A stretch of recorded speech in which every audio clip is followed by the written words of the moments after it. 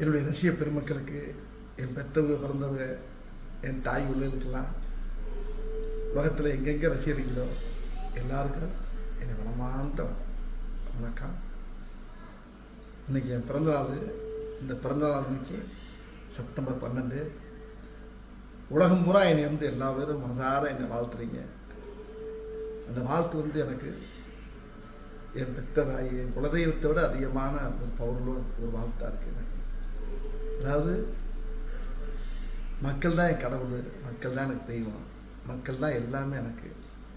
நீங்கள் இல்லைன்னா நான் இல்லை, இந்த வடிவேலே இல்லை. இன்றைக்கி இந்தளவுக்கு நான் நல்லா நிமிர்ந்து இன்றைக்கி உங்கள் முன்னால்